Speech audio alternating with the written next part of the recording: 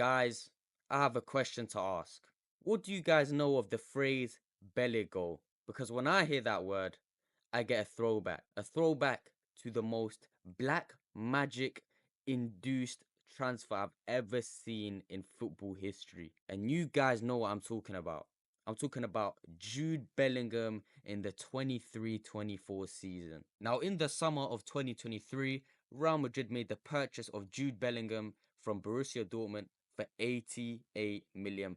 I and many other footballing fans around the world were very eager to see how Jude would adapt to the Spanish game and to sort of playing for a massive club, because he had played for Dortmund before, but playing for Real Madrid is a whole different beast. So we were all intrigued to see how he would get on, but I don't think any of us would have ever expected the impact that this guy made for Real Madrid. I remember being on holiday and watching Madrid's opening game of the league against Athletic Bilbao, and I remember he scored that game. And I didn't think anything of it. People score in their debuts all the time, so I didn't really think it was anything special. Then Madrid had Almeria next, obviously a smaller team in the league, but still he performed very well. He got 2 goals and 1 assist in that game.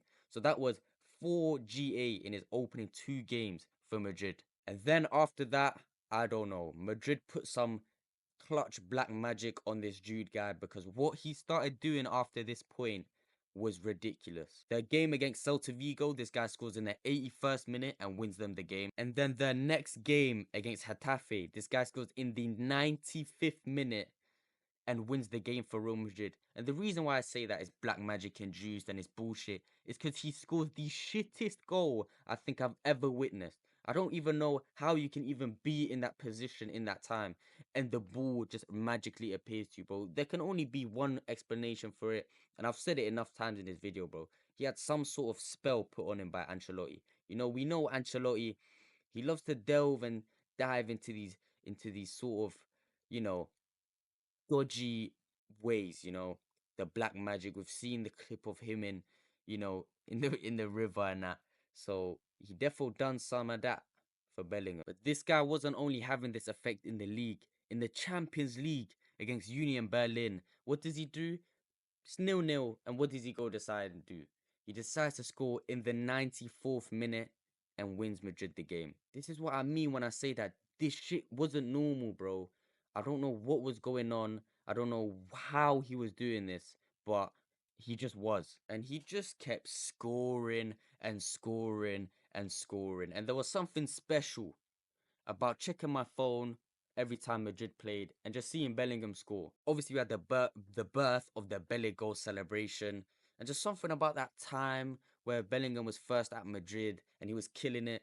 It has a warm place, and I feel like a lot of football fans' hearts. I feel like we can all remember that time of Bellingham's career at Madrid fondly, because it was so unbelievable and nobody really expected him to do as well as he did. But I remember the game where I really thought that something was fishy, and it was the game against Barcelona where he scored 2 goals.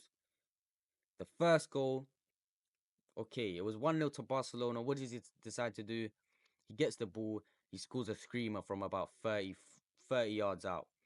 And then what does he decide to do again? He scores the shittest goal in the last minute. This is what I mean when I say, bro, there had to be something going on, because there's no way someone could have kept scoring the most dog shit possible goals just in a row. Every game, he was scoring the shittest match winners, 97th minute, 95th minute winners, every single game. But I feel like a lot of people have the misconception that after around this first period of Bellingham's time at Madrid, that the goals dried up and he started playing a lot worse, which is just not true. Look, I'm not gonna sit here and act like I watched Bellingham at Madrid the whole of last season. I didn't. I have a life.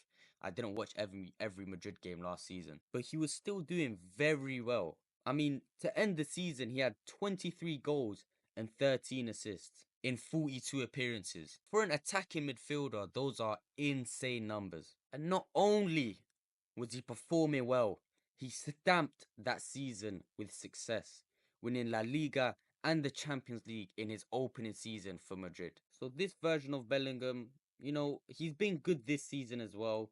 Don't get me wrong. But this season of Bellingham, this version of Bellingham, it has just such a good memory in my brain because I remember just checking my phone every time Madrid played, seeing Bellingham score, checking the minute that he scored in, and it was always like the 127th minute of the game. Anyway, that's gonna wrap up the second video of Streets Won't Forget.